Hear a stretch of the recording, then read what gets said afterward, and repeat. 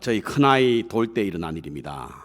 섬겼던 교회 성도들 몇 분을 초청하고 가족들과 함께 제가 살고 있던 아스토리아에서 작은 파티를 벌였습니다. 예배도 드리고 준비한 음식도 함께 나누면서 함께 축하하고 기쁜 시간을 보냈는데요. 그런데 어디에선가부터 아이의 울음소리가 들리기 시작하는 것입니다. 가만히 보니까 제 큰아이 진솔이의 울음소리였습니다. 급하게 소리 나는 곳으로 갔더니 닫힌 문 바깥에서 큰아이가 문고리를 잡고 울고 있었던 것입니다. 얼마나 오랫동안 그곳에서 울었던지 얼굴에는 온통 울음으로 눈물로 덮어 있었고 목소리는 쉴 정도로 목소리가 쉬어져 있었습니다. 그때가 4월이었으니 문이 열려 있었고 그 열린 문으로 기어 나갔다가 그 문에 바람이 있어서 닫히는 바람에 들어오지 못하니까 겨우 이제 일어설 수 있는 무엇인가 짚어서 일어설 수 있는 나이에 문고리를 잡고 억지로 일어나서 그렇게 방성대곡했던 것입니다. 정작 아이의 태어난 돌을 축하하기 위해 모인 자리에 아이는 문 밖에서 그렇게 울고 있었던 것입니다. 미국에서 아이의 돌잔치에 어른의 부주의로 말미암아 불행한 일을 당한다는 사례가 종종 보도되고 있습니다. 가장 환영받고 축하받을 그날의 주인공에 대한 관심은 없고 그저 파티를 즐기는 사람들에 의해서 아이의 울음소리는 묻혀버리므로 아이들의 목소리를 듣지 못한 채 사람들의 즐김 속에서 이와 같은 불행한 일이 일어나게 되는 것입니다. 이는 마치 오늘날 성탄이 그와 같다라고 할 수 있습니다. 정작 성탄의 주인공은 잊어버린 채 파티와 같은 그런 것에 젖어 있는 사람들의 발걸음만 분주한 때입니다. 2014년도 한 기독교 문화사역단체에서 인터넷을 통해서 일반인 199명을 대상으로 설문조사를 한 그 결과를 발표한 적이 있는데요. 성탄절에 예수님이 떠오른다라고 하는 응답자는 불과 17%밖에 안 됐다고 합니다. 크리스마스 캐롤이라는 답변이 전체 응답자의 33%였고요. 산타크로스와 선물이 22% 그리고 크리스마스 파티가 21%였다라고 하는 통계를 내놓았습니다. 그리고 성탄절의 의미에 대해서는 2명에 1명꼴로 가족이나 연인들과 함께 소중한 시간을 갖는 것으로 이겼고 예수님의 생일이라는 답변은 고작해야 8%에 그쳤다라고 하는 통계를 내놓았습니다. 이는 성탄절이 약삭빠른 상술에 너무 상업화되었기 때문에 사람들이 예수님의 생일이 성탄인 것을 잊고 지낸다는 겁니다.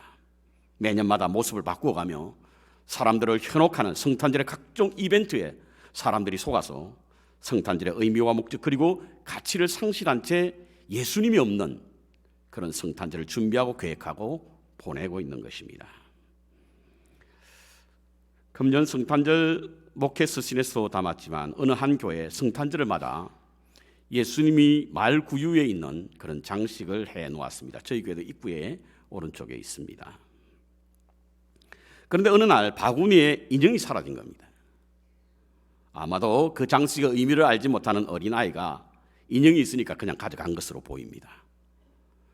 교회는 그 인형을 찾아 난리가 났습니다.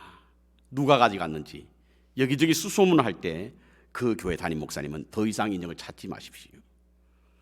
그래서 예수님의 인형이 없는 장식을 앞에 두고 성탄절 예배를 드리게 되었습니다. 그때 목사님은 그 장식을 향하여 손을 펴 보이며 이것이 오늘날 우리가 맞이하는 성탄절입니다 라고 하는 말씀을 하셨습니다. 성탄의 주인공의 예수님이 없는 오늘 세대를 지적하고 있는 내용입니다. 오늘 본문은 유대인의 왕으로 오신 예수님을 찾는 사람들의 모습을 담고 있습니다. 동방에서부터 온 사람들이, 별을 연구하는 사람들이 이상한 큰 별을 보고 그 별을 쫓아 유대까지 왔습니다. 그런데 유대 땅에 와서 보니까 그 별이 사라진 거예요. 도대체 그 별이 어디 있을까?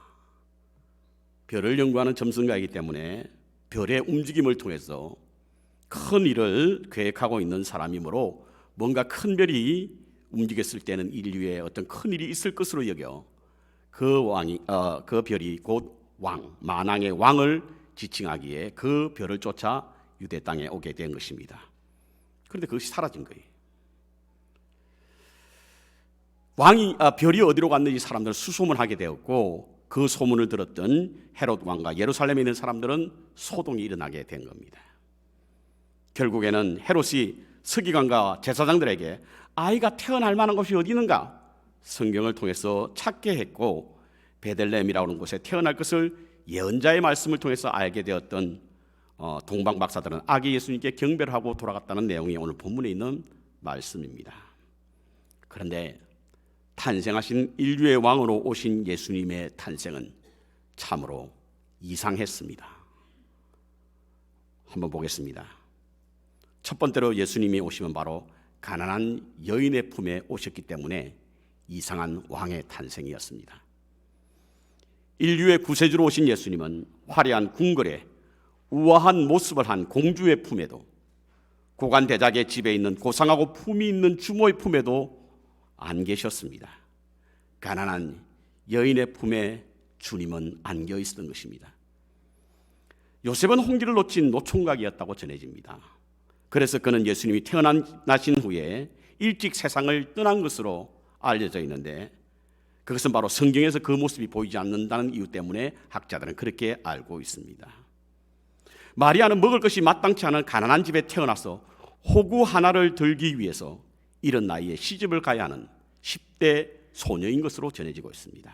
얼마나 가난했으면 10대 나이에 노총각의 집으로 갔겠습니까?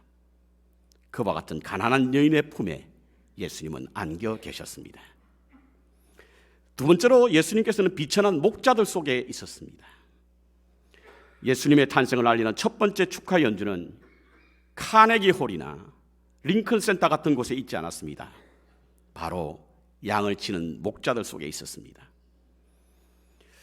예수님을 역사적인 방법으로 연구하는 신약학자인 요아킴 예레미야스라고 하는 사람은요, 당시의 목자들은 부정직한 사람으로 취급을 받았습니다.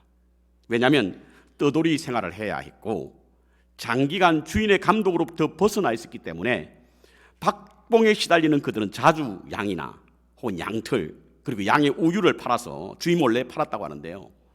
그래서 경건한 유대인들은 목자들과 직접 거래하지 말라라고 하는 이야기가 있었다고 합니다. 뿐만 아니라 그들은 양과 떨어져 있을 수밖에 없었으므로, 떨어질 수 없었으므로 안식일을 지킬 수가 없었기에 당시에 가장 천한 직업을 가진 사람, 취급을 받았던 사람들이 바로 목자였습니다. 흔히들 천사가 예수님의 탄생 소식을 전해준 것은 자격 없는 자에게 조건 없이 주는 하나님의 은혜다라고 하는 말을 하는데 틀리지 않는 것 같습니다. 예수님은 그와 같이 비천한 자들 속에 계셨습니다. 세 번째로 업신여김을 받는 사람들 속에 예수님은 계셨습니다. 누가복음 2장에 보면요, 베들레헴이라고 하는 도시에 짐승의 음식을 담아주는 구유에 탄생하셨다라고 전하고 있습니다. 만왕의 왕이신 아기 예수님이 가장 위생이 요구되는 신생아의 모습으로 오셨지만 가장 비위생적인 구유에 탄생하셨다는 것입니다. 왜죠? 업신여김을 받아 사람들로부터 거절당했기 때문에 그렇습니다. 예수님의 육신의 부모님의 원래 사는 곳은 갈릴리 나사렛이었다고 하지 않습니까? 하지만 당시에 로마의 황제인 가이사 아구스도의 명에 따라 호적을 하러 베들레헴에 가게 되었고, 그곳에서 마리아가 태기를 보였고, 그래서 부랴부랴 아이를 낳을 곳을 찾게 되었습니다. 그런데 그곳에는 마땅한 자리가 없었습니다. 누가복음 2장에 보면 사관이 있을 곳이 없었음이라고 표현되어 있는데요, 그것은 바로 아이를 누일 만한 그런 자리가 없었다라는 것입니다. 그러니까 처음부터 외양간에서 아이를 낳을 생각을 하지 않았던 것입니다. 방을 구하러 다녔지만 아무도 요셉과 마리아에게 방을 내어주는 사람이 없었기 때문입니다. 문을 두들겨가며 아이를 낳을 만한 곳을 찾았지만 사람들이 거절당한 거예요. 그래서 외양간을 선택한 것입니다.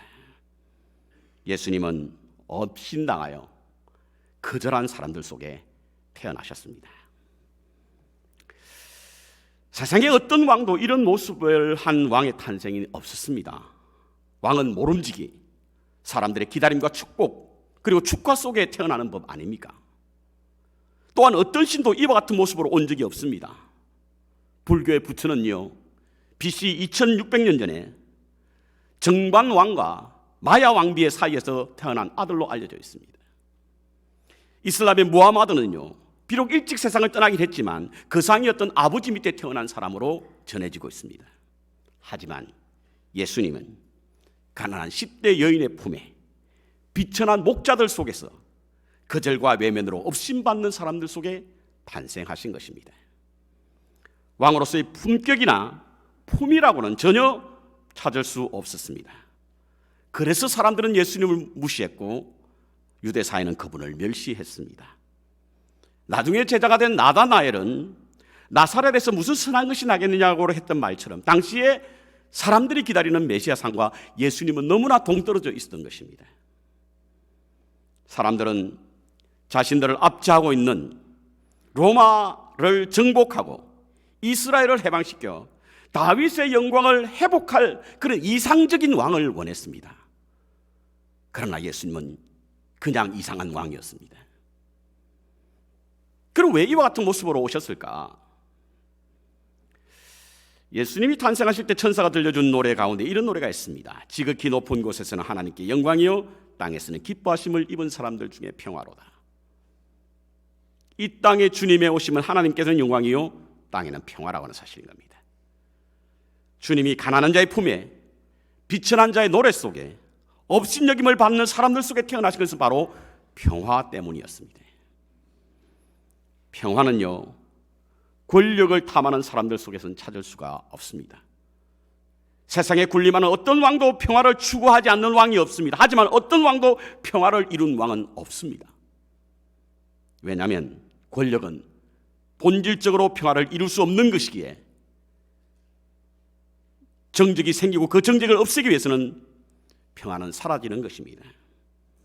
그래서 권력을 탐하는 순간 평화는 깨어지고 그 자리에 분쟁과 대립, 반목만 남게 되어 있는 것입니다. 예수님이 헤롯의 궁전 혹은 궁궐에서 태어났다고 하면 모르긴 해도 권력 암투로 인해 피비린내 나는 어떤 살육이 있을 것으로 보입니다. 왜냐하면 동방 박사가 유대인의 왕으로 오시니가 어디 있느냐는 이 말 한마디 때문에 베들레헴에 태어난 2세 미만의 모든 아이를 죽일 만큼 서슬이 폴은 권력 앞에서 어떻게 평화를 기대할 수 있겠습니까?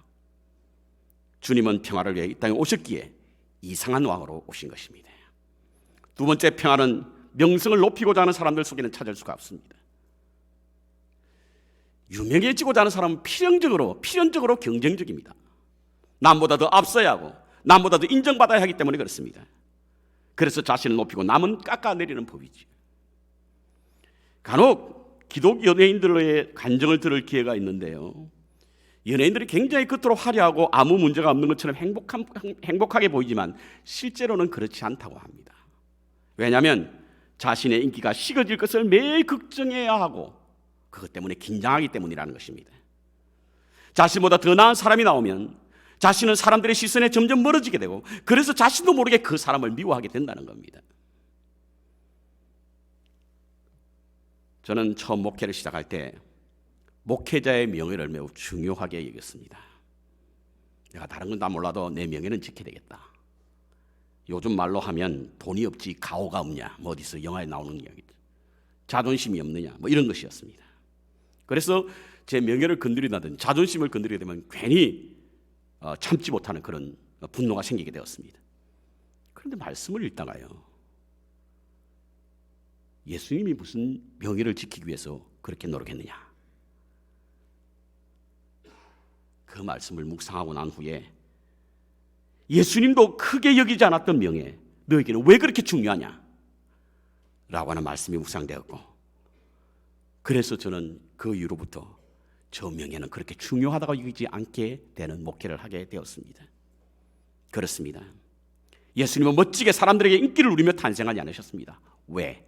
평화를 이루기 위한 것입니다. 평화는요, 소유를 탐하는 자 속에 찾을 수 없습니다. 인간의 갈등은 바로 이 탐욕 속에 있나지 않습니까? 그래서 소유는 필연적으로 분쟁이 있게 마련입니다. 예수님이 태어나신 곳은 텔아비브와 같은 수도도 아니고요, 예루살렘과 같은 성지도 아니었습니다. 베들레헴입니다. 베들레헴. 미가 선지자에 의하면 이 고을은 매우 작은 고을이라고 합니다. 그래서 헤롯 왕도 이 메시아 왕의 탄생을 알지 못했던 거예요.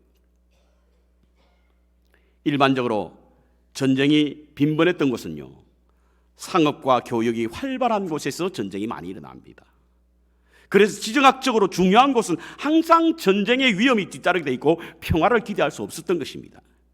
이는 인간의 소유욕 때문에 그렇습니다. 예루살렘은요, 기독교와 유대교 그리고 이슬람이 모두 성지로 여기는 곳입니다. 평화라고 하는 샬롬의 이름이 붙여진 예루살렘은 그 이름을 딴 도시답지 않게 끊임없이 피비린내 나는 전쟁의 역사를 가지고 있는 곳이 바로 예루살렘입니다. 구약은 말할 것도 없고요, 신약 AD 70년경에 예루살렘이 함락되어 불타고 난 이후에 많은 이방인들에 의해서 점령당하고 지배를 당했던 곳이 바로 예루살렘 아닙니까? 페르시아의 왕조인 사산조의 지배 등을 받았고요, 이슬람교를 믿는 638년에 이슬람교를 믿는 그런 아랍인들에 의해서 예루살렘이 함락되기도 했습니다. 로마 교황청은 이를 만회한다라는 명분으로 십자군 전쟁을 벌여서 이곳을 탈환하려고 또 한 번 피해 역사를 쓰게 되었고요, 1516년에 이슬람 오스만 투르크 제국에 의해서 다시금 예루살렘이 함락되고 정복됨으로 피해 역사를 이어져 갔지 않습니까? 평화라고 하는 이름을 붙인 도시가 전쟁의 중심에 서 있게 되었던 것입니다. 이상과 같은 평화와는 권력, 명예 그리고 소유라는 탐욕으로 만들 수 없는 것이기에 예수님은 가난하고 버림받고 거절당한 사람들 속에 이상한 왕으로 오신 것입니다. 그렇다고 한다면 진정한 성탄은 바로 평화를 찾는 시간입니다. 저는 금요일 저녁에 아시시 프란시스코의 평화의 기도를 나눴던 적이 있습니다. 주여 나를 평화의 도구로 써주소서. 미움이 있는 곳에 사랑을, 다툼이 있는 곳에 용서를, 분열이 있는 곳에 일치를, 의욕이 있는 곳에 신앙을, 그릇됨이 있는 곳에 진리를, 절망이 있는 곳에 희망을, 어둠의 빛을, 슬픔이 있는 곳에 기쁨을 가져오는 자가 되게 하소서. 위로받기보다는 위로하고, 이해받기보다는 이해하며, 사랑받기보다는 사랑하게 하여 주옵소서. 우리는 줌으로써 받고 용서함으로써 용서받으며 자기를 버리고 죽음으로써 영생을 얻기 위함입니다. 프란시스코가 말한 평화라고 하는 것은 바로 다툼이 있는 곳에, 미움이 있는 곳에 사랑이고, 다툼이 있는 곳에 용서가 바로 평화입니다. 분열이 있는 곳에 일치가 있는 것이고, 의욕이 있는 곳에 신앙이 있는 것입니다. 그릇됨이 있는 곳에 진리가 있고, 절망이 있는 곳에 희망이 있는 것입니다. 어둠에 빛이 있고 슬픔이 있는 곳에 기쁨을 가져오는 것이 진정한 평화라고 하는 것입니다. 그런데 이 프란시스코의 이 기도에는 바로 그 기도문을 쓰게 된 동기가 있었다는 거예요. 어느 날 저녁 누군가 프란시스코의 집에 문을 두드렸습니다. 나가보았더니 한 험상궂은 나병 환자가 그곳에 서 있는 겁니다. 그는 몹시 추우니 잠시 방에 가서 몸을 좀 녹이면 안 되겠느냐고 간청하였습니다. 프란시스코는 그의 손을 잡고 방으로 안내해 주었습니다. 그러자 그 환자는 다시 저녁을 함께 좀 먹을 수 있도록 해달라고 간청을 했습니다. 두 사람이 같은 식탁에서 함께 식사를 나누었습니다. 밤이 깊어가자 그 환자는 다시 부탁하기를 자기가 지금 너무 추우니 프란시스코에게 알몸으로 자기를 좀 녹여줄 수 없느냐고 요청하는 겁니다. 프란시스코는 입었던 옷을 모두 벗고 자신의 체온으로 그 나병 환자의 몸을 녹여주었습니다. 이튿날 아침에 프란시스코가 일어나 보니 그 환자는 온데간데 없었습니다. 뿐만 아니라 왔다 간 흔적마저도 없었던 것입니다. 프란시스코는 이내 지난밤에 찾아왔던 그 나병 환자는 바로 예수님인 줄 알게 되었습니다. 그는 자신과 같이 비천한 사람을 찾아와 주셨던 하나님의 은혜에 대한 감사의 기도가 바로 평화의 기도입니다. 주여 나를 평화의 도구로 써주소서. 그런데 이 구절의 마지막 절, 자기를 줌으로 영생을 얻기 위함입니다. 자기를 줌으로. 우리의 영생은 자기를 드림입니다. 자기 드림 속에 평화가 이루어지는 겁니다. 평화란 나와 같은 비천한 사람에게 자신을 주신 만왕의 왕이신 예수님께서 오셔서 우리에게 찾아와 머물고 계신다는 믿음을 가진 자를 통해서 그 평안은 이루어지는 겁니다. 성탄 주일을 맞아 가난한 여인의 품에 오시고 비천한 목자들 속에 계시며 업신 여기심을 받으신 사람들 속에 머무시는 주님을 찾아 경배해야 될 줄로 믿습니다.